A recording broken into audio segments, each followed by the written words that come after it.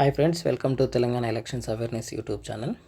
చూడండి, పోతే పోని వస్తే రాని అంటే పోతే భూమి వస్తే పదవి అనే ధోరణిలో ఉన్నారు.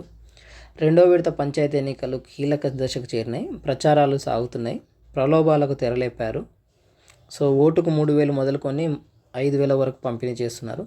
నగదు కోసం కొందరు పొలాలు ఇళ్లను అమ్మేస్తున్నారు. శంకర్పల్లి మండలంలో ఒక గ్రామ పంచాయతీ సర్పంచ్ పదవికి పోటీ పడుతున్న అభ్యర్థి 2 ఎకరాల భూమి 6 కోట్లకు 2 రోజుల క్రితమే అమ్మేశాడు.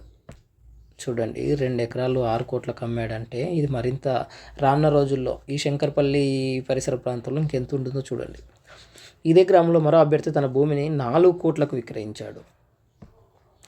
సో ఇద్దరూ అమ్ముకున్నారు. సో మరో అభ్యర్థి తన భూమిని తనఖా పెట్టి 50 లక్షలు అప్పు తెచ్చాడు.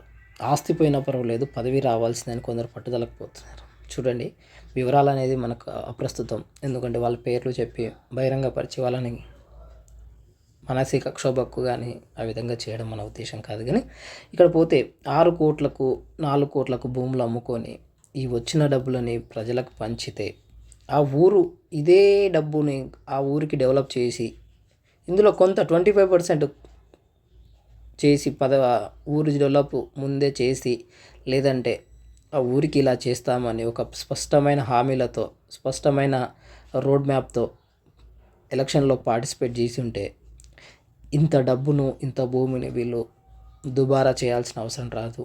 ప్రజలు మధ్యలో మంచిగానే ఉన్నారు. వీడిస్తే తీసుకున్నారు, వాడిస్తే తీసుకున్నారు. కానీ ఓటు ఎవరికి వేసారో వారికే తెలియదు. చూడండి, ఆలోచించండి. ప్రజల మనసులు అనేది, ప్రజల యొక్క భావోద్వేగాలు భూమితో ముడిపడి ఉంటాయి.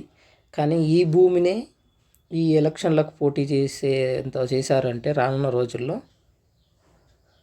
ఎలక్షన్స్కి అనేది మరింత క్రేజ్ ఉండబోతుందని నేను స్పష్టంగా చెప్పదలుచుకున్నా. ఎందుకంటే సర్పంచ్ పదవి కాదు, రాజకీయం అనేది ఒక మన జీవితాలను ఖచ్చితంగా ప్రభావితం చేస్తుంది. అందుకే అన్నిటికంటే ఈ యొక్క రాజకీయం అనేది అందరికీ అర్థం అవ్వాలి. అనవసరమైన విషయాల్లో అనవసరమైన రీతిలో ఇలా కోట్లు పెట్టి సో చేయొద్దనే ఉద్దేశంతో ఈ వీడియోను మరింత ఇంత లాగి ఇంత ఎలాబొరేట్గా చెప్పడం జరుగుతుంది. సో ఒక స్పష్టమైన రోడ్ మ్యాప్తో ఇలాంటి పరిస్థితి నెక్స్ట్ ఎలక్షన్లో రాకూడదు. ఇన్ని డబ్బులు పంచాల్సిన అవసరం లేదు. సర్పంచ్ పదవి గెలుపు కోసం ఇంత ఖర్చు అవసరం లేదు. మీరు పంచాయతీకి ఏ విధంగా చేయబోతున్నారు, ఏ వార్డుని ఎలా డెవలప్ చేస్తారు, ఎక్కడ ప్రాబ్లమ్స్ ఉన్నాయి, ఆ ప్రాబ్లమ్స్ సొల్యూషన్ మార్గం ఏంటి, సో ఇలా చేసే ఇంత ఎస్టిమేషన్ ఖర్చు అవుతుంది. సో ఒక స్పష్టమైన రీతిలో నువ్వు పెట్టగలవా లేదా చూసుకొని ఒక రోడ్ మ్యాప్ అనేది ఇవ్వు. అలా ఇచ్చినట్టయితే ప్రజలు కూడా నిన్ను నమ్మినట్లయితే ఆటోమేటిక్గా వేస్తారు. సో చెప్పొచ్చేది ఏంటంటే, పంతానికి పోయి అప్పుల పాలు కాకండి. సో ఈ విషయం చెప్పాలనుకున్నా. Thank you and